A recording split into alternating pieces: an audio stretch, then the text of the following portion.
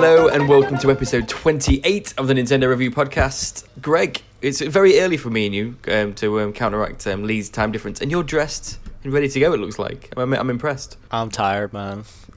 Oh, really? Oh, okay. I'm just surprised you even got... I'm still in my dressing gown. How are you doing, Lee? You're the one who's... You've been awake all day. How's your day been? I've come home from work, I've played a bit of Diablo, and I'm doing well. Greg is looking rather bleary-eyed, aren't you, Greg? Well, that's not that out of the normal, really. I was going to say, yeah, it looks the same as always, doesn't it? I'm knackered, but not because I'm up. I'm always up this early, but my kid decided to be awake all night and want me to sleep with him and hold his hand all night. So that was great. But anyway, let's not chat about babies and tiredness, and let's chat about Nintendo. So as always, we're going to be chatting about the news.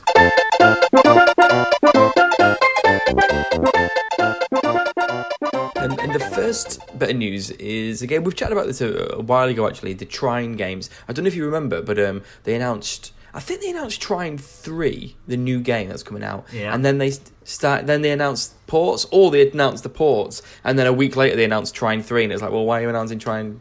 Anyway, whatever.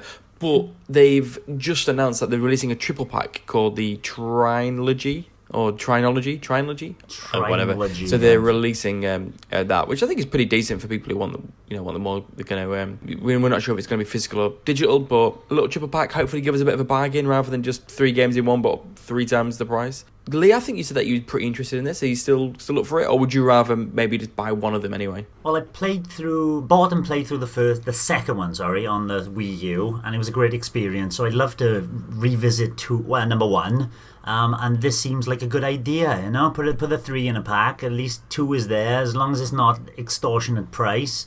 3 is new, but they also mentioned Trine 4 is being developed as well. So even before Trine 3 was out and released, Trine 4 is on the way as well. They're getting a bit ahead of themselves. Yeah, I feel. They're good for you, obviously, because it's good sort of like multiplayer games. It's good for you to play with your son as well. But they have got online. As well, which is really good. But Greg, I'm guessing, like we say every week, basically, it's like I sort of feel the same. It's like they're really good games. I won't mind them, but as a priority, it's pretty low down, isn't it? It's extremely low down. I remember seeing the first Trine or maybe it was the second one. Whatever one came out first on the Wii U, and that's 2. When I looked at it, and I just thought this isn't for me. So I haven't even looked at any of the other Trine games. So I don't even know what they look like anymore. And that name is an absolute disgrace. What, Trinology? Yeah. Yeah, it is an abomination, isn't it? Don't want that on my Switch home screen. Yeah, exactly. Yeah, it's like, I'd rather buy them all individually. Trinology. In news which will appeal to you, Greg. Is that the next one? Are you going to read the next one? Is this going to appeal to Greg? No. I'm jumping around. Ollie finally got confirmed. Obviously, we remember they've done it twice, though. They're horrible social media and like this, and if we get 5,000 likes, we'll bring it over to Switch. And everyone went, off. Ding.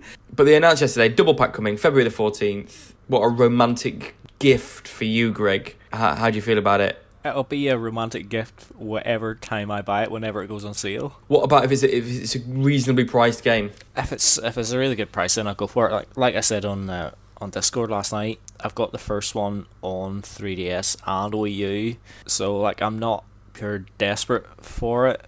But I haven't played the second one, so I'm basically just going to be buying this one for the second one. So I'm not in any rush, so I'll just wait till the price is right and then jump in. That was a cross-platform buy, if I remember correctly, wasn't it? You buy it on the Wii U, you got it on the 3DS. Yeah. It was, yep. And obviously the second one's never came to the Nintendo system before, so looking forward to that one, but not right away.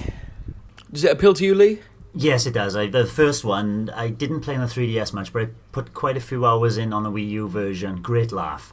This one's called Switch Stance Bundle, and then if you see the logo of it, it's got the classic kind of 8-bit styled Ollie I was going to call him a skateboarder, and then it's got this rather fancy looking high definition artwork. I don't know if that's just artwork or is that what the second game looks like. I've played the second one. I haven't seen the logo. I play this on PS Vita, PS Vita, and the first one, and I absolutely loved it. I thought it was incredible.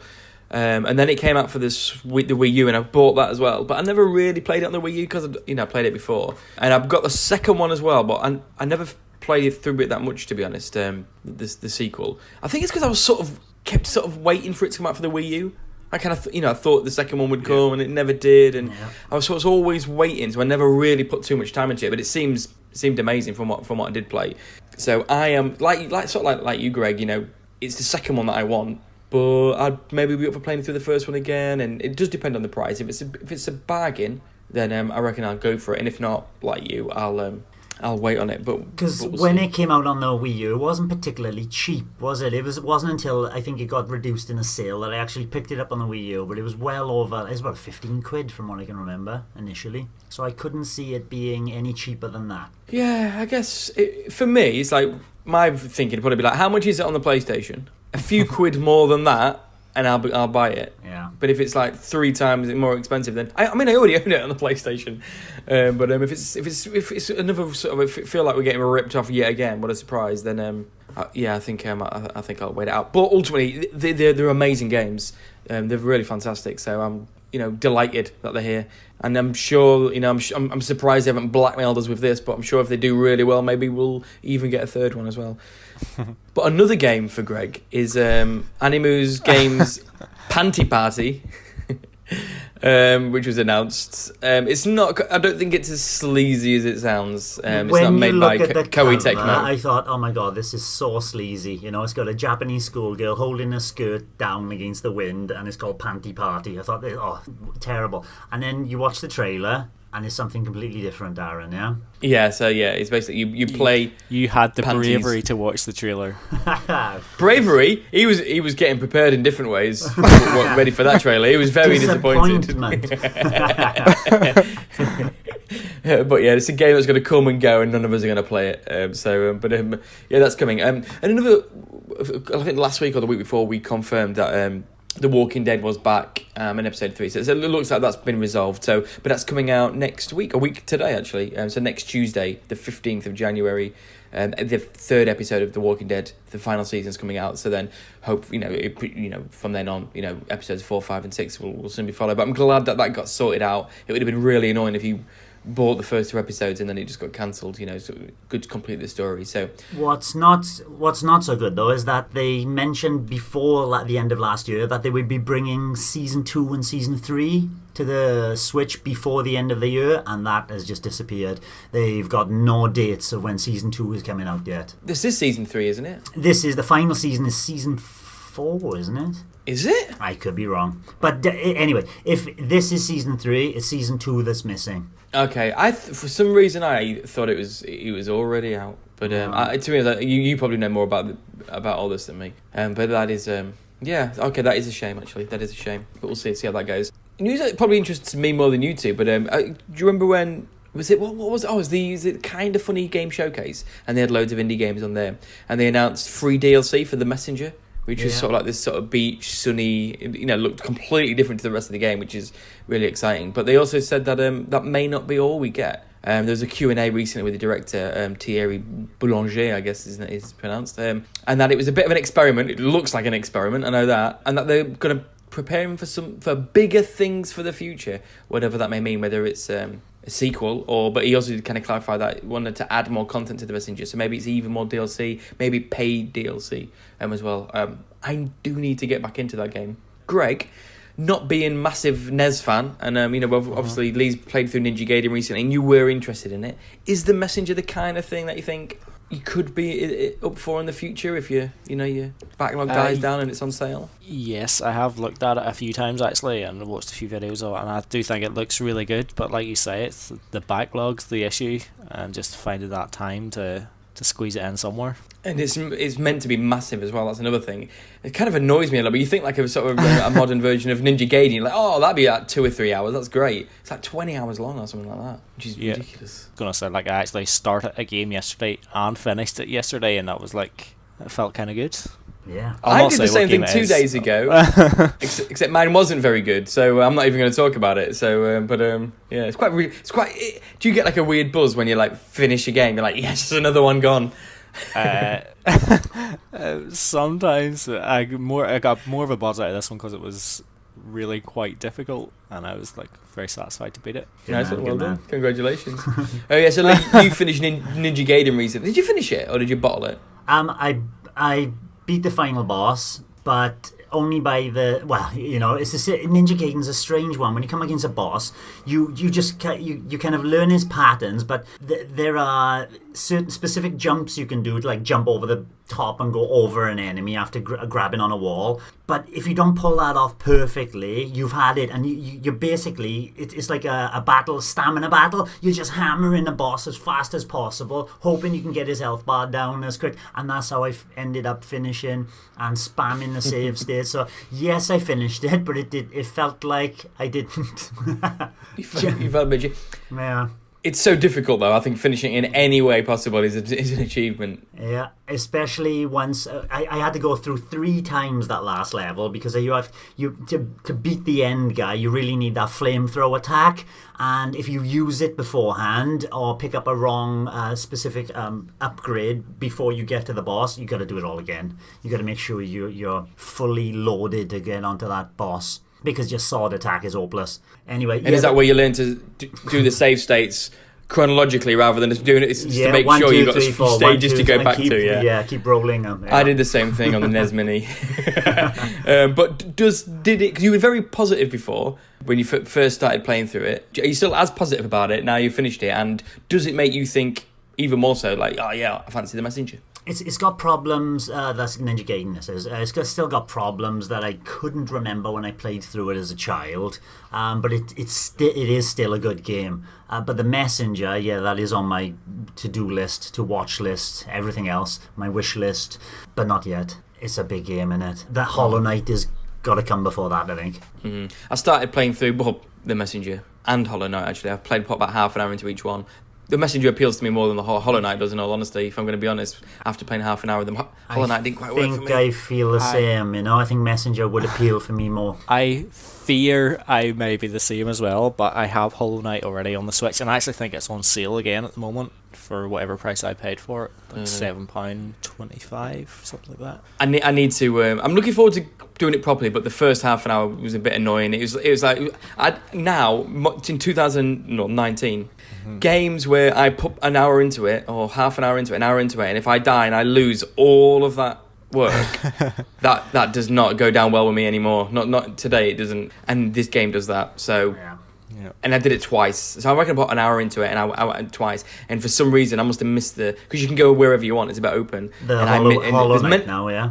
Hollow Knight, yeah, and there's meant to be a save point relatively close. I missed it both times, so I've pretty much started from the beginning, and it was a bit annoying. I was like, this is if I've got 20 hours of this, losing hours and hours of gameplay, it's not gonna. I don't know if I'm gonna be able to cope with it, but it's beautiful. Everything about it is impressive, but yeah, we'll see. But we should all start Hollow Knight together at the same time. Yeah, do like a share our retrospective kind of thoughts thing. Yeah, we might all end up loving it. You never know. I'm sure we will. It's clearly everyone does love it, so I'm sure there is a lot to be admired about it. But we will see. In not amazing news, I don't know how to take it really, but the new Nintendo president Shuntaro Furukawa, he was interviewed by Nikkei, which is this quite famous business, I think, paper in Japan, and in there he was asked, "Do you expect fluctuations in business performance to continue from here on?" And he said, "I'm thinking about little ways we can reduce that kind of instability. I'd like to increase the amount of games on smartphones that have a continuous stream of revenue. We're also dabbling in theme parks and movies. Awesome. Different ways to have characters to be part of everyday life. I'm anticipating a strong synergy like that. That's fine. That's just fine." He did also say that they're looking at maybe moving, like the possibility of moving their focus away from making hardware. Is that just the kind of like logic of the future of games are going to be streaming, so we don't need the hardware? I'm hoping it's just that, but it's great that they're doing all these things, but at the same time, we love them for their games. And the hardware. And it's and not their mobile games. So then they're like, oh, we're making more mobiles, we're putting more focus into the IP in general. It's like, fine, but don't compromise that, please. But I don't know. Did you guys get worried, or am I overthinking it? Or? It could just be for investors and that kind of thing. They want to listen to this thing. They want Nintendo to be pushing in this area, so it could just be talk as well, couldn't it? But yes, they got to be thinking about other ways to make money. And if they can make more money doing other things, then their core business, what we classify as their core business, it is going to suffer in response, I suppose. Yeah. This is the guy who also said recently Nintendo need to release pretty much a big game every month. Yeah. So I'm sure it's fine. DLC and all that. Yeah, I'm sure it's fine. Yeah. But like, where does that leave stuff like franchises maybe we want, like F-Zero and Wave Race? They maybe don't make money, or don't make as much money as they want to make. Yeah, I mean, you hope that they're not so focused on if it doesn't make ridiculous amount. That's like how Hollywood works. You know, we don't want to rely on indies for these smaller games like little jet ski games and things like that. So I don't know.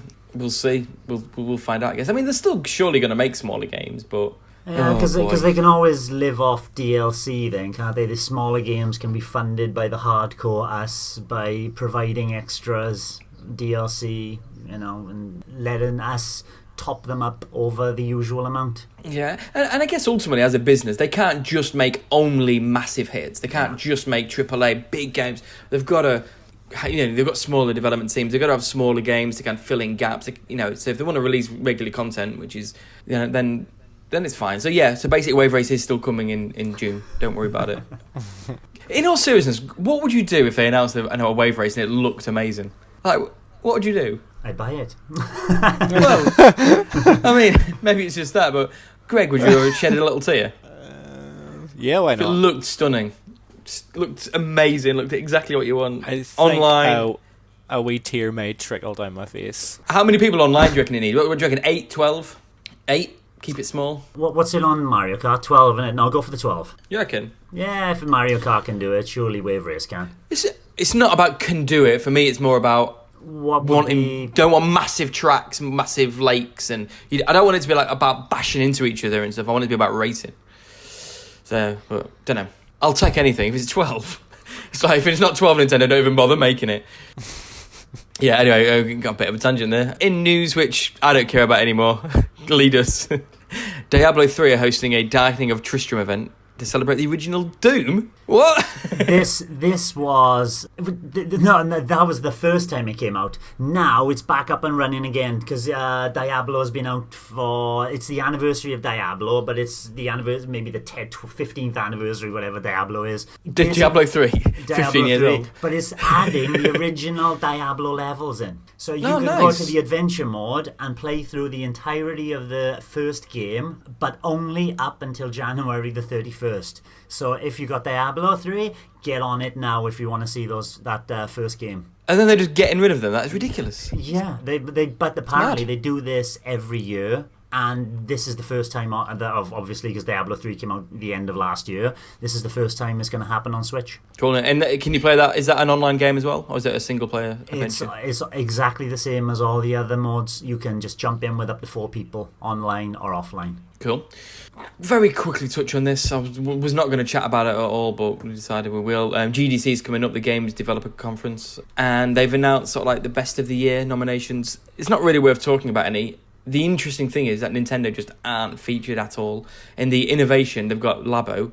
It rocks Red Dead Redemption for innovation. It's amazing, isn't it? What have they innovated? Oh, my God. So what's interesting about this news is the complete lack of Nintendo and Smash Brothers, but I think coming out in December has kind of killed that game off. It's not that surprising. We've said it many times that Nintendo, we've loved it, but they've not had an amazing first-party year. With their games. So the only real, some Nintendo games that are on the system is on there. So Celeste's featured a few times. Gree is up there for best visual art. And like I said, Labo is. And the best debut, Yoku's Island Express as well. So there's a few indies in there that are on Nintendo platforms, but no at Nintendo. It's no surprise really, is it? I mean, it's not much Any of you got any comments on that? Game of the Year surely should, Smash is a contender. I'm just thinking Lee might get a wee bit of heat for saying Red Dead Redemption doesn't have any innovation. Like, where does it innovate? We could do with a bit more chat on Twitter, even if it is hatred. We'll just end on just a little bit of sales news very quickly. Their mobile offerings generated nearly 120 million in the fourth quarter of 2018, which is nearly, basically just under a 50% rise compared to the year before, which is quite surprising considering I think it's the Pokemon Go's had a bit of a resurgence, hasn't it, as well? And Fire Emblem is rocking it as well. That just hasn't dropped in sales. It's Japan, they love the Fire Emblem stuff, don't they? Dragalia Lost has done pretty well as well. I think that has earned more than Fire Emblem even this year. So I think it's, they're making more money, and obviously that's probably why Furukawa was saying, we're going to make more games. Mario Kart Tour is coming out this year, which I was going to say surely that's going to be unbelievably successful, but I thought that about Animal Crossing and it wasn't. So it depends on what they do with it. God knows what they're going to do with that game. But they didn't. Reggie said a month ago or something that it's still coming out before March. Oh yeah, that rings a bell. Yes, yeah. I think he did. But they've also announced kind of Pokemon Go, obviously just doing ridiculously well, so they've made a lot of money from that. And the UK have announced their sort of best-selling games of the year. Unsurprisingly, FIFA's 19 is number 1. FIFA 18 is number 10 as well, so they've got 2 in the top 10. Red Dead number 2. Nintendo-wise, I was going to say, Greg, guess what the best-selling Nintendo game was, but you can probably see the list. Oh, let me have a guess. It's Mario Kart 8 Deluxe. Oh, it is. Well done. Yeah, unbelievable. What a guess.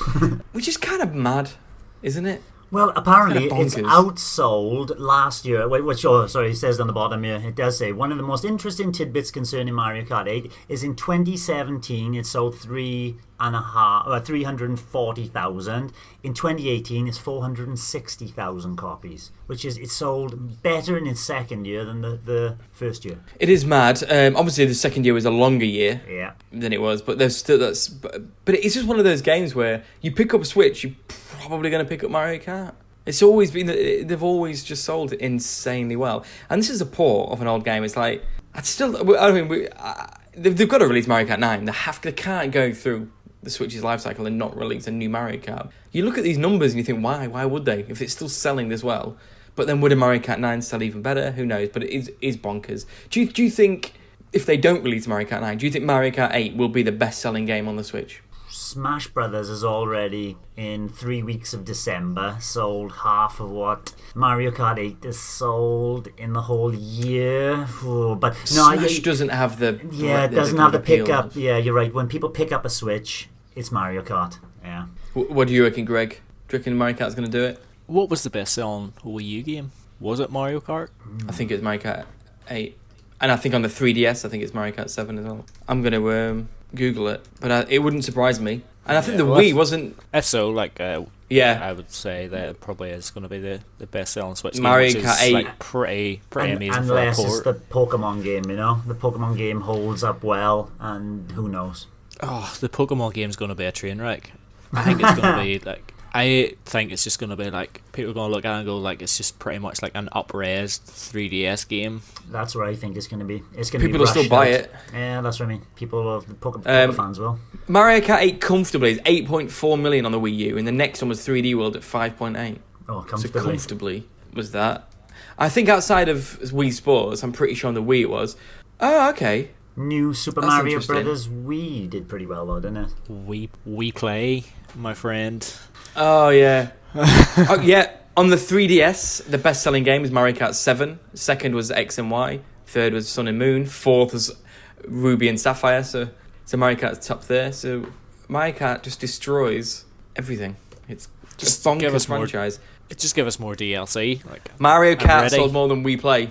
So it was, other than Wii Sports, which came bundled with it, Mario Kart was the top-selling game. And with people picking up Switches new this year as well, it's too early for Mario Kart 9. And I can see Nintendo thinking, oh, hang on, people are picking this up for the first time, new. And yes, it's old for us, but it's a new game for a lot of people. Yeah. The Then thing give is, us DLC. if they bring out a Mario Kart 9, they're basically just going to kill sales for Mario Kart 8. Yeah. So Yeah. what's the point? Just wait for the next Switch or whatever they do next. Or release it in a couple of years when it... Basically, it's like, if it's because it's selling so well, it's like, why bother? But as soon as the sales trail off, re-release a new one and everyone will pick the new one up. Yeah, so it sold just under 32 million copies on the Wii. Oh, wow. Do you know what was number 3? This can't be true. We Play was 4 with 27. Wii Fit. No, that was 6 at 22 million. And Wii Fit Plus at 20 million. The Wii was a bonkers console, wasn't it? Number 3, Wii Sports Resort. Wow. Oh, this follow-up. Oh, okay. I never would have guessed that it was anywhere near as much. Exactly. I mean, it is a great game. It is mad. It is incredible. I would love a port of Wii Sports Resort on the Switch. Yeah. Now we're getting Woohoo Adventure, Archipelago Adventures, man. It's all in there. I don't want to. I don't want it. I'm sorry, I don't want that. I don't want it to take away our Wave Race and our Pilot Wings. Unless it's as good as a Wave Race and a Pilot Wings, but it wouldn't be. It'd be some gimpy minigame collection, like Wii Sports Resort. Well, anyway, a bit of a tangent. What was we talking about? Oh yeah, sleep. That's it, basically. UK sales generally was pretty rubbish, and if it wasn't for the Switch, then the Switch made it a lot more positive than it was. So that's good to see that the Switch is doing well, but the Switch is obviously just sort of ridiculous at the minute. So roll on April when we find out what it sold. But yeah, that's it for the news this week. Now I want to know what you guys have been playing.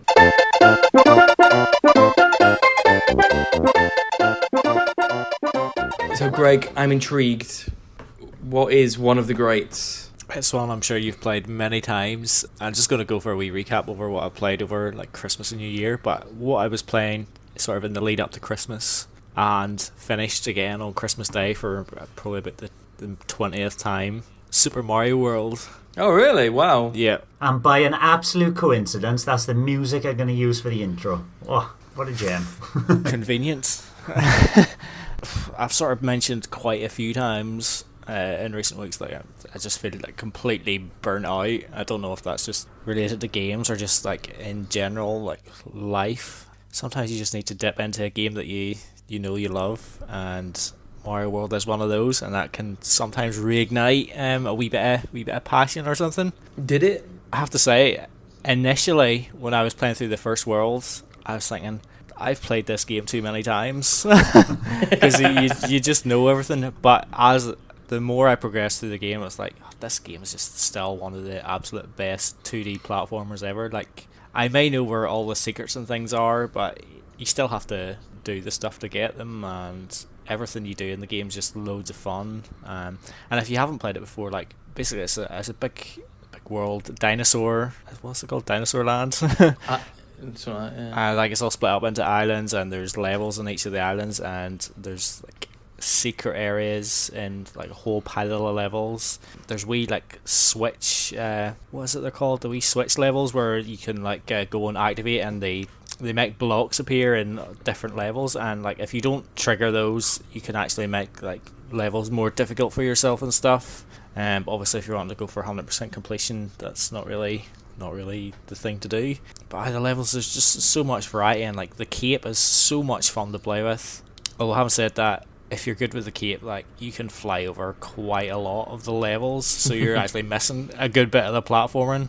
But when you played it so many times, like sometimes it's just fun just flying through all the levels. Yeah, like I say, it's one of the greats, and I imagine I probably will pick it up again in a few years time and play through it once again, because in terms of 2D Mario, I don't think it's ever been surpassed. Perhaps New Super Mario Bros. U is as close as we've maybe come, but then it doesn't have the nostalgia factor, and you can complain about like the graphics and stuff that haven't really innovated over the last few years. But yeah, Mario World, one of the greats. Did you 100% it again? Yeah, 96 exits. Yeah, and it didn't make you go, like then you just said, the only thing that's close to it is New Super Mario Bros. U. Did it not make you think, oh, I'm well up for playing that then? I'm well up for it. The thing about that is like New Super Mario Bros. U is like considerably longer. Like Mario World, I can blast through that in like a day or two, like, with all the extra stuff, because I know what I'm doing. Although having said that, the more times I go back to it, the levels that you don't really enjoy as much, they become even more irritating. Like I'm not sure if there's even any good levels in like the special area. you know, when you go through Star Road and the 8 levels, I don't know if any of those are actually that fun to play. But apart from that, absolute masterpiece. Yeah, love it. Yeah. Apart from Mario World, just briefly, for the first time in a long time, I managed to get some multiplayer gaming in over the Christmas period, because my friends over, like one of my friends lives in Spain, so he's been over for the holidays, and we managed to get a wee bit of Smash in, 4-player local Smash, and that was actually brilliant. Like I never really have experienced Smash locally, because I've never really had people that are that into it, and to be fair, these friends aren't really that into it either, but we played a few rounds and it was a good laugh. And then we played Mario Tennis, also brilliant, playing doubles, 4 people all around the screen. Like, you kind of miss all this sort of stuff. Like, everything's online these days, and like, I get it. I mean, that's the way the world is now, and it's easier to get matches online than it is to get people around your house or whatever, but there's still just something special about getting people together and just having a laugh together and stuff. And the other thing we played on the Switch was FIFA. We managed to try out some of the different game modes. We tried out the survival one, where every time you score, your team loses a player, and we managed to get through the first half and it was still 0-0, and we were sort of thinking, right, we're not even going to see how this works, like. And then like the second half, there was like 8 goals or something, so it was pure chaos. Like, it was good fun. Do you choose who you lose, or does the computer just take a player away? We kind of thought I'll maybe be like the person that scores maybe gets yanked off, but no, it just took a random player out every time. Took your keeper off. Goalie. It's just like, you score the goal and then it goes through all the celebrations and stuff, and then it just comes up with a wee thing of like the player walking off, and it just says like, whoever the player is, eject it. So it's pretty funny. That was really good, and we played a wee bit of the SNES Classic as well, and that was fine. Also a wee bit of PlayStation Classic, which wasn't as fine. Yeah. What did you play on the SNES? Street Fighter? Yeah, well, the day after they were around at my house, I was around at a friend's house, and he had hooked up the SNES Classic, so like whenever I walked in, like there was a few of them already playing Street Fighter, so jumped in, won a couple of games in that, so they get fed up, and flicked it on to something else. And then the PlayStation Classic came on and played a couple of rounds of Tekken. And there aren't really that many games that are jumping out at you on the PlayStation Classic to play, certainly not in a multiplayer sense. So that was that. It was a pretty good gaming week or two. I enjoyed it. Sounds good. What about you, Lee? What have you been playing? Oh, I tried a bit of Smash online as well. Not online, sorry. Local multiplayer 4, and we played Smashdown. And I briefly mentioned it on Discord as well, and I briefly mentioned it here. What a fantastic mode that is. It's the one where you choose a fighter, then you fight. The winner of that round, so there's 4 of us, gets 1 point. And then those fighters you've already chosen, you can't choose them anymore, and it goes all the way down. You can choose how many rounds you want, whether or not you want to go through the entire roster of the characters, which we did. Took about an hour and a half with 3 of us. Great fun. Especially towards the end when you're battling. Now, me and my son had like about 8 wins each, and we're going back and forth, who's winning, who's losing, and then you're stuck with Rob the Robot, someone you have no idea how he controls. But yeah, what a laugh. Good. Smash. Who won? Amazing. My son. He won a total of 10 rounds. I won 9, and the third player, I think he had 4. Do you feel proud whenever your son beats you, or is there a part of you that's just like, damn, he's finally surpassed me? No, I feel quite proud. There's very few games he does surpass me in yet, so just to see him is like, oh, good job, well done. But you don't let him? No, I think if I'm playing, I'm going to get my head in the game, and you got to be good enough to beat me, son. Go for it. So, fair's fair, he beat me in Smashdown. Sounds amazing. Did you play the other one, the one that I think is amazing, the one where you pick your 3 or 5 characters? Squad Strike, no, that's our next one. We got another get-together probably this coming weekend, so we'll try it this weekend coming now. Still can't believe that's not online, I know. that mode. It sounds I can't believe amazing. Smashdown's not online, you know? You just give us the option to play it if you want to. Yeah, I guess with that is that people may have different rosters, so... Yeah. Unless you just go with whoever's got the least. Yeah. Yeah. Oh, well, it doesn't... It's pretty bare bones, isn't it, the Smash Online? But other than that, I did start a game. I finished a game, and I played another game which was similar to it, and it's all based upon my love and my recent playing of Ninja Gaiden. I bought in the American sale Mark of the Ninja Remastered. It's, if you don't know what it is, it's a 2D action stealth platformer. It kind of plays like I remember the Ninja games when I was a child, Last Ninja 2 on the Commodore 64 and Ninja Gaiden. It kind of plays like, that's what I thought it played like. But it's got these stealth elements in it, which are very, very similar to the stealth sections in Batman Arkham City. The way you're sneaking around in the shadows and using alternative routes to sneak behind someone to take them down. Because if you're going up front to somebody, they see you, your cover's blown, and they call for backup. So you're always sneaking around and finding the shadows in some way. As you progress through the game, then you get upgrades to make that easier, because obviously the enemies get more difficult.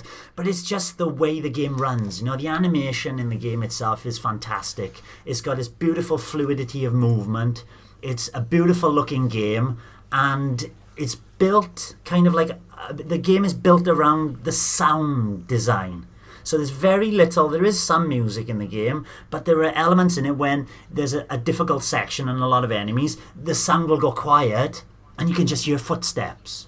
And then when you're ducking behind cover, you can't see what's outside. And it goes dark, like in the shade. But you can see the silhouette, a red silhouette of where the last known position of that enemy was, just like in Batman as well. But you can see these oscillating circles for every sound that's made. So someone is walking on the floor, you can see their footsteps as you can hear them as well. And it's got this awesome HD rumble intertwined with it as well, so you can feel the sound. It's all about hiding and living with this sound and getting used to it. Little bit awkward at first to get used to, but once you've mastered it, you just feel like a badass ninja. You are hanging off the walls. It's got the platform itself is a bit like a Spider-Man game, where every wall or every surface is kind of sticky apart from a few overhangs.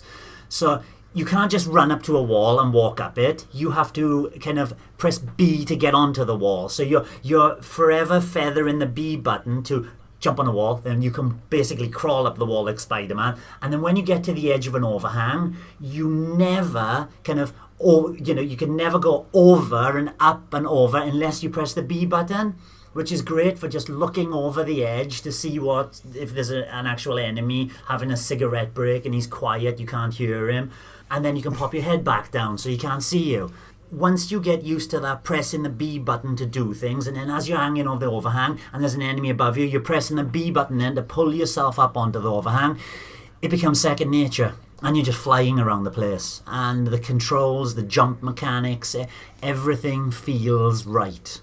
The AI of the enemies is what you'd expect in a stealth game, it's just like in Metal Gear Solid. Greg was saying a few weeks back, enemies forget about you, so they'll see your shadow moving, and they'll go, hey, there's something over here, and they'll go over there, shine a torch, you'll nip around the back and take them out. Or if you're kind of like, there's 4 enemies, I can't do anything here, they'll forget what they saw within, and there's a little countdown around each enemy's head saying, hey, alright, I've forgotten, I'll go back to my regular routine. But by using that, you can lure enemies out, or make a noise, and the enemy will come, you'll take him out and just pick them off one by one. It's got a fantastic restart mechanism, you're back into a game, you die, you're back into a game, or you can restart it anytime you want. I really, really enjoyed it. Finished it. The DLC's in the game as well. Brilliant game. Brilliant. Completely recommend it. I'm absolutely convinced by this game. I'm definitely going to get it. I saw videos of it and I thought, no, this is for me. It's that kind of messenger, but it's not about platforming. It's more about stealth, and it plays its stealth game perfectly. The only thing I will ask is, do the levels feel, I hate the word organic, but they're kind of natural, and does it feel like each level is a puzzle that you've got to find a solution for, or does it feel like you're a ninja and you can kind of do what you want and do it different ways? Like Batman, like you keep saying Batman, like that is, it feels like you can sort of do what you want. You can take them out one by one. You can just go down and batter them. You can, it feels like you've got control over the situation. But in some games like this, it is very much like, right, I need to figure out how to solve this level. Which one is it? It seems like there's many, many ways to skin a cat in this. You know, that you will come to a little bit more linear section where there's only one way, because you come in from one entrance, there's one entrance on the other side, and you've got to get past 3 enemies, for example. So it's kind of like, yeah, you got to do it. But for the rest of it, the kind of level architecture is very cleverly built in that you can work your way around and under people and up and over people, so you can get around anywhere in the level, and you don't even have to kill them. You know, you get achievements for finishing a run without killing people, without being seen, and all that stuff. So it becomes more of a ninja kind of thing. You know, I can duck here, I can duck here. I don't have to I can crawl across the ceiling here and forget about the guys below me. But as you get more upgrades, you want to use them, and you get stuff like you can hang people with your grappling hook. So you're basically hanging off of something. You'll drop down, grapple them around the neck, and then string them up on the lamppost. You learn cool little extra moves. Yeah, there's a lot of variety, and with your you get different kinds of equipment. You can equip before a level. You get spike traps, you get gas bombs, and each different type of equipment then lets you approach a level a different way. I've played. Sold. I've played like level 1, 2, 3, and I think there are 12 levels in the main game, and then there's an extra big level as the DLC. And those 12 levels, I must have played half of them at least 3 times just to have another go of it, and because you get to learn the level and where the enemies are, and you just approach it a different way. It's been hell of a lot of fun. How long is it? I put over 15 hours, so same 15 hours on my Switch, but it must be pushing 20. Bloody hell. Yeah, What about you, Greg? Does it sound good to you? Unfortunately, it does sound good. It isn't on sale. The reason I picked it up is because it was on sale in the US eShop. It isn't on sale in the European, but I'm quite sure it would be relatively soon. Yeah, I can't really remember the last time I played a stealth game. Actually, it's been a while. I think I played Splinter Cell Pandora Tomorrow maybe like last year or the year before, because I'd never finished it before, so I just played through it. But that'll probably be the last one I've played. Have any of you guys played the Go games, the Square Enix Go games on mobile? No, I haven't. No. I've seen them and seen. Do you know the ones I mean? videos of them, Hitman Go, and Tomb Raider Go. Yeah. They're stealthy. They're stealth, so in a weird way, stealth games. They're amazing, They're more puzzly, and they would work aren't on they? Switch. Yeah, Yeah. very much. I started playing another game, which is very similar to them, but not great. I might chat about. I wasn't going to chat about it, but I will chat about it. But the Go games, yeah, that's the last stealth games, I guess, and that's stealth in inverted commas. But they should come to Switch. Greg, have you ever heard of them? I've heard of them, yeah. They are amazing games. But yeah, so you said you've been playing another one as well. Yeah, another ninja game. Just because I'm in this ninja mode, Obsessed. You know? Ninja Gaiden, Mark of the Ninja, 2 great games, and now the bad one. I won this one on a Twitter competition. It's called Super Hyperactive Ninja. Another 2D action platformer. There's no stealth in this, which is absolutely useless for a ninja. But it's got this weird mechanic. Why is this ninja hyperactive? You've got to stock up on caffeine in the form of coffee. And then when your meter is above a certain level, you can unleash your hyperactive ninja skills and run continuously. And you have to kill enemies who are facing in the opposite direction. If they're looking at you and you're running at them, they're going to kill you. So it's kind of half puzzle, half platformer, where you have to kind of work out where the enemies are and attack them in a set order. But the camera's zoomed in a bit too much that you can't see what's off in the future, in the distance. So you're kind of half memorizing and half and the placement of enemies is infuriating. It didn't feel enough like a puzzle game because of the broken controls. The jump mechanic is frustrating. Steer clear of Super Hyperactive Ninja. Terrible. Fair enough. I've only got room for one ninja game anyway, so Mark of the Ninja Mark it of is. the Ninja it is, Cool. Is that you done? Yep, that's me done. And I was just going to chat about one game, but I might chat about 3 games, but I'll be very quick. The first game I want to chat about is it's just because we just chatted about Pokemon Go, Hitman Go, and Tomb Raider Go.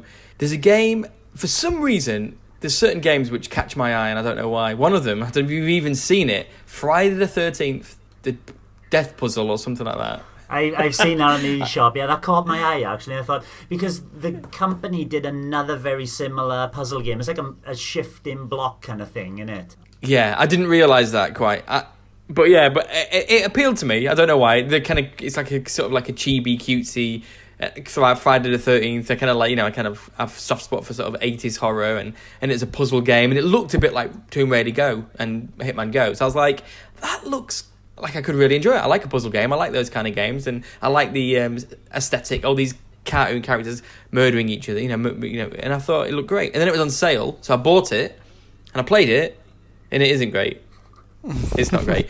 Because the reviews are pretty good as well. I looked at the reviews, and the reviews were pretty good. It's not a bad game, though, but I thought it was going to be more like Hitman Go, where it's like basically like a grid, and then you can move your character to kind of kill all these people. But it is stealthy, because you can't get them to look at you, and you got to kill them in a certain way. And it's not like that, like Lee just said.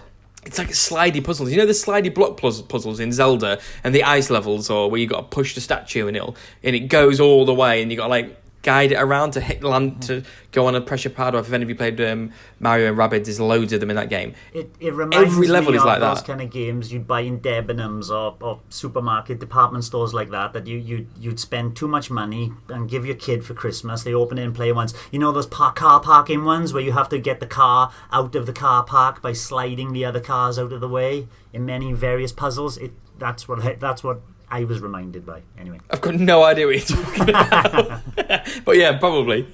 It's fine. It's just a bit boring. It's just the same stuff over and over again, and they kind of spice it up by offering new sort of hazards and things like that. But ultimately, I played it for about an hour, and I was like, I think I'm done. But I've not deleted it, because I thought it's the kind of game every so often I could be like, I'll do a few of the levels or something. But it wasn't what I was expecting. But and another game, I've finished 2 games in 2019 already, which is pretty good because it's only a weekend. One of them I played and finished in 1.5 an hour sitting, and it was a game I was quite excited about. It was quite well reviewed. I've realised I love shoot 'em ups, kind of old school, like Ikaruga, things like that. I've got quite a lot of them, and I've been playing, because my flip grip, my vertical grip arrived, I've been playing quite a few of them, just like rotating through shoot 'em ups. And this game was meant to be great, and it was on sale like 80% off in the sale over Christmas, and so I bought it. It's called Shikhondo, and I played it, and it is awful.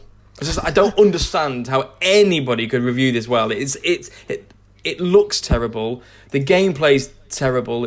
I'm playing a game called Danmaku. I think it's called Danmaku 3. yeah. That is an amazing shoot 'em up, and it's got this mechanic where it's called grazing, where if you go close to the bullets, like it grazes you, and it builds you up this meter, so it sort of like wants you to get close to bullets and get close to, and it's a great mechanic. This has got exactly the same mechanic in it, but not done as well at all. After like there's 5 levels in it. After level 2, I was like, I am done, but because there's only 5 levels in it, I'm going to keep going, and it lets you just continue.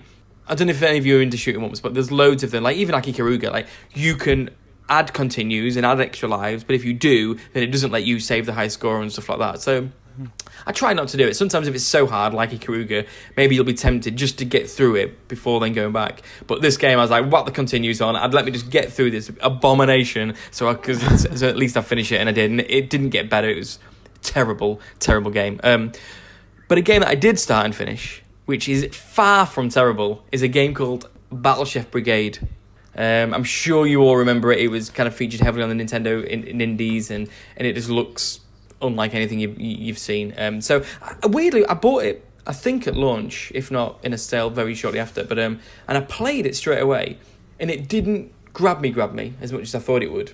But I was in sort of like what Greg was saying, a bit of a sort of a gay. I'm struggling with games. I wanted to get into, I had Smash Brothers and I was enjoying that. I had loads of multiplayer games and I was dabbling in games, but I wanted to play a game, and for some reason I decided to whack this on, and it was the best decision I made. So I don't know if you, so just very quickly to how the game is. It's basically you play this sort of like village girl who runs this cafe with her family. She's called Mina, and she's an amazing cook. And there's this thing in the world called Battle Chefs, and it's basically sort of like British Bake Off, but with cooking monster dishes. But they even have judges judging the meals and things like that. So it's basically Bake Off. And it's got this a far more involved story than I anticipated about this girl going into the city to enter this Battle Chef tournament, and can she go through the rounds and win it, which is what I thought the story would be. But the story then goes off on this kind of mad, where all these monsters get infected, and somebody who runs the Battle Chef tournament has been infecting the monsters, which is then makes cooking them harder because the ingredients are more fragile. It ends up going on this kind of bonkers story, which is brilliant.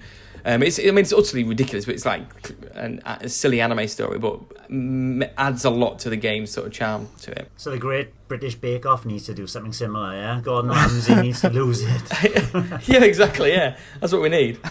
And the game itself is sort of like three aspects to it. One of them is sort of, and all of them are very basic versions of all these, I'll add. One of them is like an adventure game. So you talk to characters, you find a bit of the story, but it's very simplified.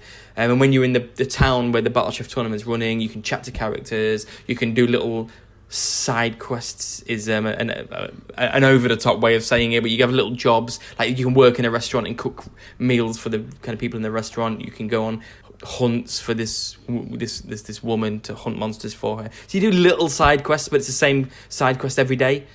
So it's not that involved. Like I say, each one of these is simple.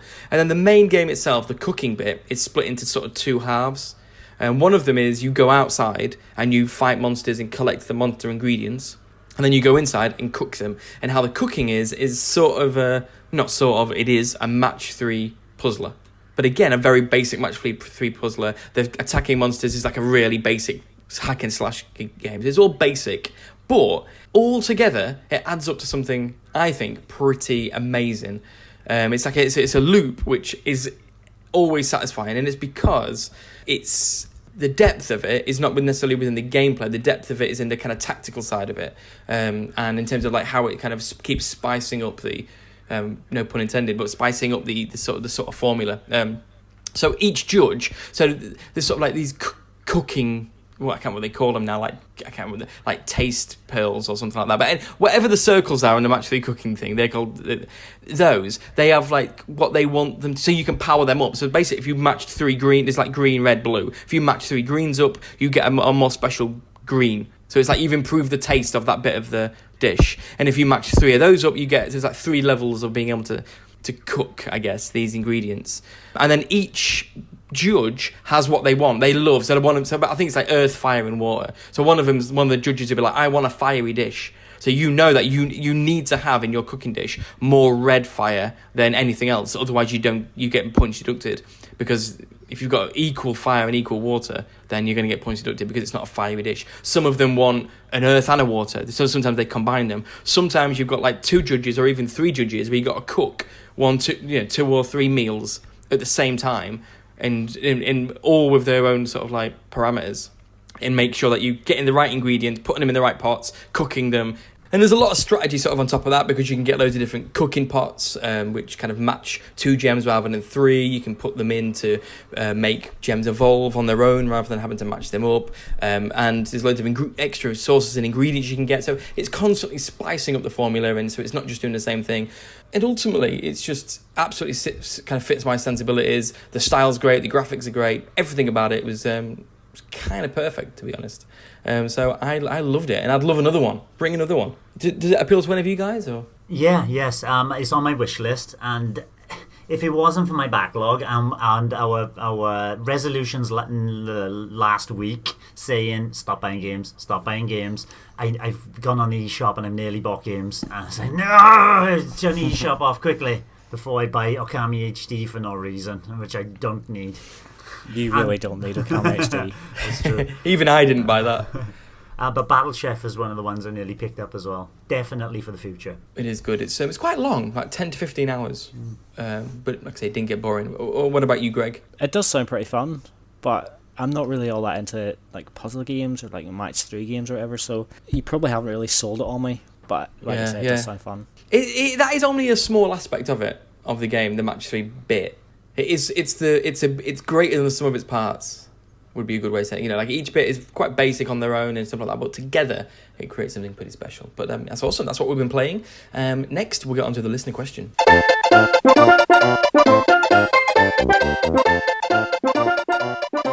So Smeagol from our Discord channel, server, app thing, nothing about games. He said, what is your favourite film of the year? Now, Greg, you've said many times you're not a particularly big film fan, so we'll start with you. Did you watch any film last year? Surely. I can't remember. I'm sure I probably watched 1 or 2, but genuinely, like towards the end of the year, I was thinking, what films have I actually watched this year? And I couldn't think of one. I haven't been to the cinema in years, so I certainly didn't see any films from 2018. definitely saw a wee bit of Home Alone 2 towards the end of the year. Not all of it, but it seemed quite a bit of it. And obviously, I've seen it before, so it's probably just going to have to be that. Fair enough.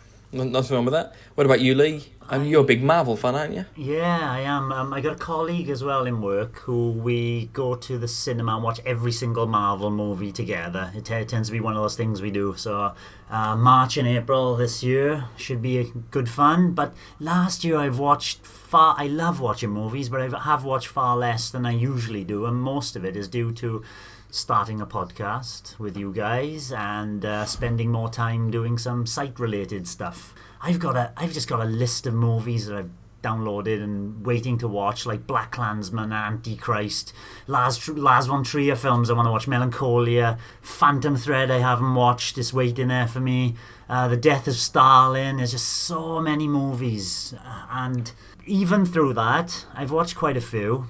Standouts: War for the Planet of the Apes. I know that was 2017 movie, but I didn't watch it until last year. Loved the first two. That followed up lovely. Blade Runner 2049 was fantastic. And then I thought, oh yeah, I've been a bit arty-farty, and I'll mention some wonderful movies like Force Majeure was pretty good. I don't know if you've seen that one, Darren, 2014. I have, about an avalanche. That was quite nice. Playing upon what it's like to be a man, face up to you. Well, exactly. That's why I was laughing, because it's funny that's how you described it. It's about an avalanche, and I'd say that's the last thing that film is really about. That's what precipitates what it's about. Yeah, exactly. Yeah, it's a great film. Lady Macbeth was wonderful. Loving Vincent. People have been up and down about Mother. That was good. Loved the kind of play on the Bible and everything in Mother, even down to the little details of when the church grabbed power and took the power from the prophet and took it to the church itself. It's all in there. You can read it any way you want, but good movie, Mother. I even went back and watched Suspiria, the 1977 original, and that didn't sit well with me. I'm looking forward to watching the modern one. But the standout movie for the year, and it sounds like I'm a lad, but it is Avengers Infinity War. That just, I don't know, I watched it twice in the movie theatre. I've watched it twice. I've never seen it, so don't say anything that happens in it. Awesome. We don't want to review. What fantastic from the start to the end, and it is because it's been built up through the 19 or 20 previous movies, and it's all condensed. Everything is condensed into this one movie, and obviously it's going to carry over into the next one. Great. If you're a Marvel follower, then you should have got the love that I got out of it. Really good. Awesome. I think the fact that that's so much for the fans. Yeah. And the fact that it gives the fans what they want, I think, is a massive achievement. Whether you like those films or not, I think what they've done is... I can see it being the children now growing up. It's their Star Wars. The feeling we got watching the Star Wars movies when we were children. Marvel and Disney are giving it to them through Avengers, because, you know what we both think of The Last Jedi. Yeah, that is a film that is on my... Because obviously watched it in January. I watched it a few times at the cinema.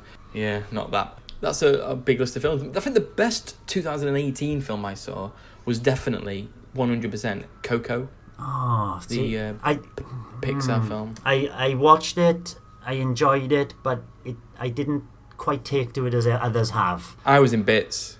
I was absolutely in bits at that film. And even when I watched it recently with Hugo, and I wasn't even watching it, but even just like walking in, watching Hugo, watching it, every time that old woman comes on screen, I'm just like, oh my God.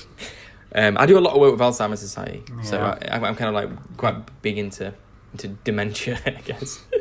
But I found the whole film so heartbreaking. I saw the twist happening before it happened. As soon as you introduce the characters, like, oh, he's him, and it's like, yeah. Anyway, that's such a small part of the film for me. For me, it's the themes of it, and the idea of kind of identity and loss and kind of legacy, and that's what I kind of loved about it. Yeah, that's fair enough. I mean, Inside Out's similar in a sense that the story itself is pretty simple, but I love the depth of how it deals with the idea of emotion and things like that, and how to deal with emotion, how it develops in young people, and so it's all. That's what appeals to me about those films. Other kind of standout films that didn't come out. I saw a film called Spotlight, which is an incredible film about the sort of the uncovering of the rife sort of paedophiles in the Catholic Church and the cover-up from the church, which is an amazing film. And quite interesting, I watched a film this week called The Post, Spielberg's film about... Still need to watch that. Still similar, not very good. I didn't like it at all. It's... I won't go into it. I didn't really like it. That was this year.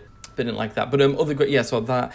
Another thing I'll mention is a Christmas film. I've done this before. Like, basically, I avoided It's a Wonderful Life throughout most of my life, thinking it was this horrible, twee, sickening Christmas film. And I watched it, and it's one of the darkest films you've ever seen in your life. It's like the last 5 seconds are really twee, but the rest of the film is really dark and depressing, but incredible. And there's another Christmas film that I've avoided my whole life called A Christmas Story. Have you heard about this? It's called A Christmas Story. The picture is like a kid with glasses, his blonde hair, and he's about 6, and he's smiling on the cover. It just looks like a sickening Christmas film. And I watched that, and that is amazing as well. And it's not at all what you think it's going to be. It's about this kid who wants a BB gun for Christmas, and he wants it, and his mum and dad won't get him it because it's too dangerous. And it's basically about that, but it's just really surreal, and it's 80s, early 80s, very early 80s. But it's amazing. So it's called A Christmas Story. You should watch that. Next Christmas. And and The Founder was the last film I saw of the year. There's a film called The Founder, which is about the guy who made McDonald's what it is. So the McDonald's was like these brothers who set up a restaurant, and it's like this guy who saw the potential in it and basically took it off him, stole it off him, and turned it into McDonald's. And it's that was amazing. It was a good end to the year. But yeah, they're our best films of last year. Cheers, Smeagol. And next, I really finally, need to watch more films. Do you like action movies, or what kind of genre do you like, Greg? I don't know. It's kind of difficult. Like Darren mentioned a couple of like 80s films or whatever. Like I found films from back then like a lot more entertaining than like I think I find films today. Like movie trailers and stuff that I see on TV. I never see a movie trailer on TV where I'm like, I really want to go and see that film. Like every single one, it's like I actually kind of hate movie trailers. You've pretty much seen the whole movie. You've seen most of the movie trailers that go on anyway. But the action movie I watched right at the end of the year, because I'm trying to get my son into movies, and he's that age now where a good action movie is John Wick 2. I loved the first John Wick. I sat down with him, watched that, and the second one is even better. Really? Yeah. It takes Bold. It builds a little bit of the lore, but not too much to detract from the action. But it's just non-stop action. It's Keanu Reeves doing what he does best as an action hero, and he sits well as an action here, much better than I thought he would. Cool. Yeah. Fair enough. So there's like every single film that you guys mentioned there over the last 5 or 10 minutes, I don't think I've seen a single one, or even heard. I can't even picture any of them in my head. I don't know what they look like. Nothing about them. Tell us what films you like, and I'll give you a list of 10 films to watch that's similar. And that's good. We'll leave that for another time. I don't know if I can. Yeah, we'll also outside of the podcast. Yeah, cool. Let's get on to the topic of the week.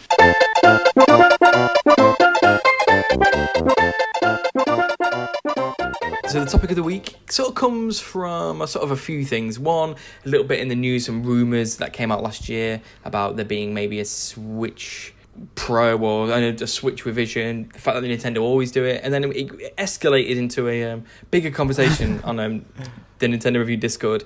And we ended up having a bit of a for that one. Yeah, it's your fault. A bit of a bet on what it's going to be. I thought I walked into Ladbrokes. Anyway. Yeah, no. Looking gambling, odds, spreadsheets, Switch revision coming in 2019 or not. So I guess there are some rumours. So there's been a mix of rumours as well. And they come out recently because I think like some like Pacta and things like that, and some of the analysts have said what they think is coming. So the rumours, one was like there's going to be a Switch Pro, one was like there's going to be a cheaper Switch, somebody's going to be a price reduction. So basically, what do we think Nintendo are going to do hardware-wise in 2019? And then we'll end it with the actual predictions from our Discord channel. Smeagol, who actually asked the question, he was the one who said we need to say it in the podcast, so it's there, so we can't deny it when it happens, which I think is funny. So, Lee, you were the one who's least vocal in this conversation. I think it's because we were doing it while you was in bed. Yeah, and then I woke up to it and I was like, oh, that's got a bit heated. Lovely.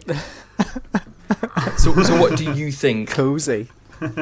is happening in 2019, hardware-wise, from Nintendo. Give us some dates. We chatted about it a bit last week in the predictions as well, but what do you think is going to happen? The kind of Switch, the Discord kind of talk was all about Mini first of all, then it went over to Pro, and then it went over to... And I agree with Smeagol at the moment. I'd love to see any of the iterations you boys talk about, the Pro or the Mini. Bring them all on. Brilliant. Bring them both on, even better. But with Nintendo having such a success and releasing the original Switch in March of its original release, I can't see Nintendo now releasing a Nintendo Switch new kind of SKU within 2019. I can see them announcing one, but we're on about releasing, yeah? Is that right? Yeah, whatever. Yeah, just tell us what you think is going to happen. I think they'll announce something.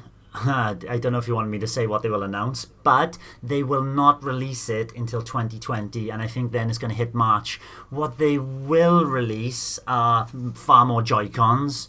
They will release an SKU, and this is where my prediction goes different to other people's. They'll release an SKU of the original Switch without the dock. They'll release a dockless Switch, but it's the same Switch. And that's it. You think that's what they're going to... No power upgrades, No, not this year. No. They'll announce a power upgrade, I think. They'll announce a Pro Switch, but that's not coming until March. They will focus their marketing for the end of the year, and I don't even know when the best time would be to announce it, but after they pushing that November, so it might be like a late November direct or something, they would announce it ready for March next one, or I don't think they leave it as late as January, but they're going to focus once more on the Switch because it's selling like hotcakes, and Animal Crossing is coming out, and Pokemon hopefully. I don't think they need a Pro for 2019. They just needed a bump sales in 2020. The dockless Switch, you think, is this year? Yes. And okay, so you think they will do something? I think they might do like a dockless. When Animal Crossing comes out, they might do a dockless with Animal Crossing or a dockless with Pokemon and bundle them together. How much? It's going to get a price reduction. I think the standard as well with the dock will get a price reduction. What's it selling at now in England? I don't know. 280? 280, okay. Just a standard with no games or anything like that, 280. Yeah. So if they knocked off 50 quid seems a bit too much.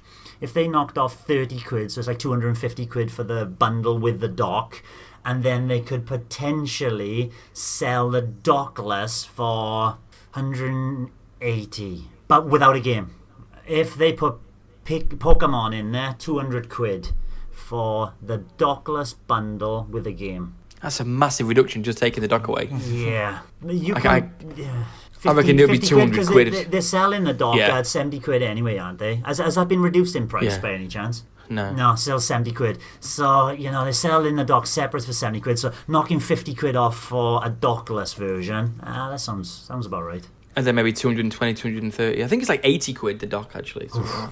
Yeah. Crazy for a wee bit of plastic. Too much, yeah. It is a bit bonkers. So, Greg, what do you think? Well, like I said, the conversation actually kind of started because of something I sort of like innocently dropped into the Discord, because I was listening to MVC and they were just talking about Pokemon, and then my mind started to wander. I'm not even sure what they were saying about Pokemon in 2019, but I sort of started thinking about Pokemon and like, well, obviously that's like a big portable franchise and stuff, and the Switch is like obviously a hybrid at the moment, but I sort of thought, Nintendo, they want households to have more than one Switch, and Pokemon seems like the perfect opportunity for them to perhaps introduce like a Switch Mini, effectively like a smaller, cheaper version of the hardware that's perhaps a bit more kid friendly and like obviously less expensive, so it gives people like an easier jumping on point, I guess. So I kind of thought, well, there's a chance Pokemon is supposed to be coming out for the end of the year. Maybe by Christmas time they'll have like Switch Mini out by that time. Maybe even have like bundles Switch Mini with Pokemon for like, I don't know, 200 quids for the end of the year. That seems like the perfect sort of price point for people to jump in. And obviously there's going to be loads of fans of Pokemon, and this will maybe be the first Pokemon on a home console or whatever for the first time, but it doesn't have to be a home console. Here's this new Switch Mini bundle. enjoy. Yeah, and what ended up happening is that I ended up being the one fighting for it more than you, I think. Trying to justify it. It's because no one could understand it. Everyone was like bamboozled by this concept of having a Switch Mini, and I was like, it makes so much sense. What? And people were like, oh, but... Yeah, what grated a lot of people is the Joy-Cons, and games that support Joy-Con only play like Super Mario Party, 1-2 Switch. And if the Joy-Cons were molded, because we mentioned this in the Switch Pro thing as well, and I said, yeah, this could happen as well instead of a Pro, this Mini, and it's feasible, but yeah, the Labo as well. You know, you need the Joy-Cons, you need to slide the Joy-Cons into the Labo pieces. It does preclude those games to be bought. Well, I'll tell you my line of thinking on that there. For me, well, obviously you have the Switch as it stands at the minute with the Joy-Cons that slide off. And obviously, every wee bit of that fits into Labo in a certain way. My line of thinking was a Switch Mini, but it's basically the size of like just the Switch unit as it is at the minute. But it has like all like wee circle pads and stuff on it. So like effectively, that wee unit could still slip into like the Labo and stuff. The screen would just be a bit smaller on it. But some of the Labo does use the Joy-Cons itself. You know, like the piano. All of them. Okay. All of them. The Joy-Con will have to slide in for the IR, the motion detector, to detect which key you're pressing. Then buy a Joy-Con. Like yeah, that's you can still buy all that stuff separately. But you could buy like a dock separately if you want to put it onto the TV. I know it ended up being a vocal minority, but you know, parents, they end up going, I gotta buy Labo and I've gotta buy a set of Joy-Cons. Yeah, it's like if people who are informed buyers, if they want Mario Party and they want Labo and stuff like that, then they know that, okay, I need to get this version of it. It's simple. It's like parents who buy the wrong one. That happens in every product, not just games. It happens in every single product line you can ever imagine. Is that they'll need to get the wrong thing, or because a lot of parents, bit of a general statement, but they can be quite ignorant in terms of like stuff they buy for their kids. They just so. But it is such a small minority. It's just like, so what? It's just they're not going to make that decision on that. Every company releases things which you need another thing for, or something like that. Even Nintendo do it as well. It's just like you couldn't buy, there was the new 3DS. There's only some games that could only be played on the new 3DS, or 3DS. The big feature on it is 3D. Then there's a 2DS which doesn't have 3D. It's just like just like there's been expansion packs and super scopes and zappers and all sorts of things. What if somebody bought Yoshi Safari but they didn't have the super scope? It's like you can create these barriers, but people have always done it, and ultimately it's only ignorance which is going to cause a problem with that. So I get it, and I do understand that the Joy-Cons are a big focus, and I'm not saying they will do it, but I don't think it's a great argument against them doing it, because they've done it before, and you can just buy a Joy-Con. You can bundle it in. Maybe they'll release Labo packs with Joy-Cons bundled in, like they have Mario Party. So the games which demand a Joy-Con, they do a bundle pack version of it. Simple as there's ways around it.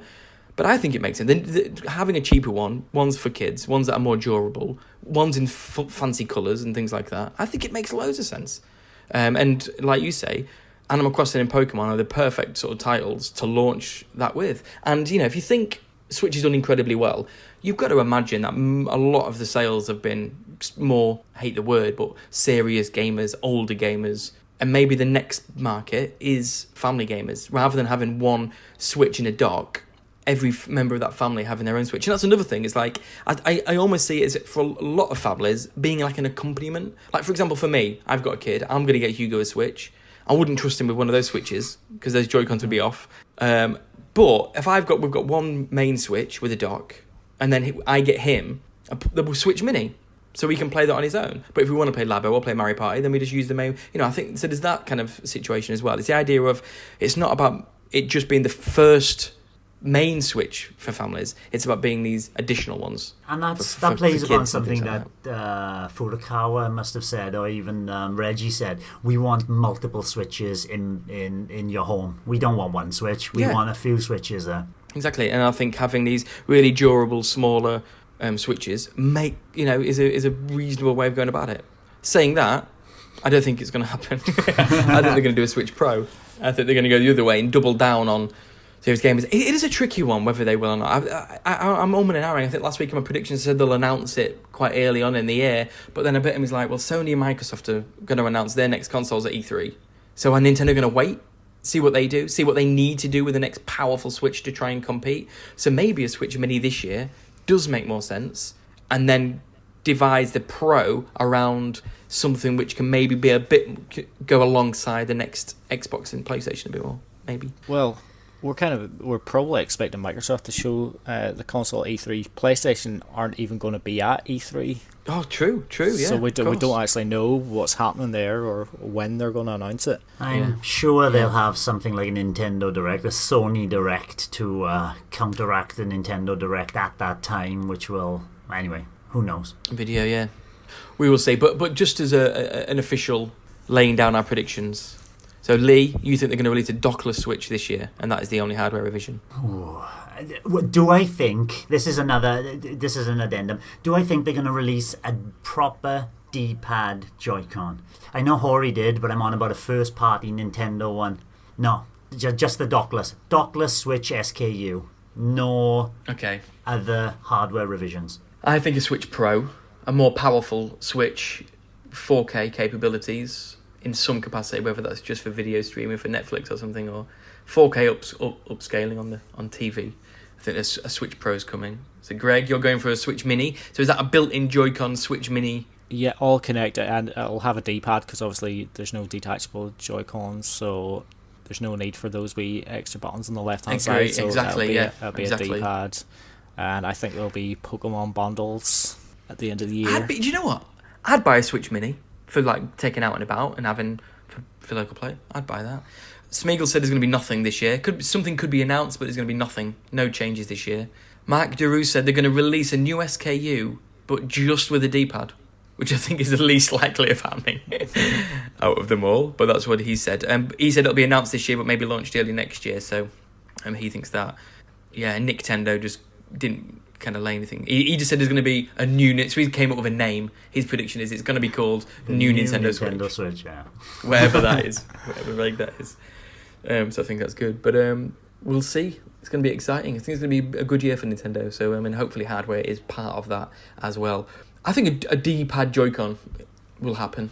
But it's like a separate... I just want a separate D-pad. No analog stick at all. Just a big, fat, chunky D-pad really? Okay. for my rather oversized, lanky fingers. Just a D-pad. I think New Super Mario Bros. U Deluxe coming out next week is going to be the test of the Joy-Con directional buttons for me, because I haven't had any issue with them so far. But to play like a proper 2D Mario game... Oh yeah, you don't have a Pro, do you? Nope, so it's going to be interesting. Oh, so you're not cancelling? No, I'm sticking with it. Crumbling resolutions. Well, I already had it pre-ordered months that ago. Doesn't count, yeah. Doesn't count. Awesome. We'll see what happens. But that was good as always, guys. And thanks for listening. Bye-bye. Bye-bye. Bye. Thank you for listening to the Nintendo Review Podcast. If you like our content, please don't forget to subscribe, give us a like, and ask us a question. You can find this very podcast on all good podcast providers such as iTunes, Google Play, SoundCloud, Stitcher, TuneIn, and YouTube. Just search for the Nintendo Review Podcast. We are also on Twitter, Facebook, Instagram, Discord, YouTube, and our very own website, nintendoreview.co.uk, where you'll find great content such as news, reviews, and impressions. Drop by and say hello.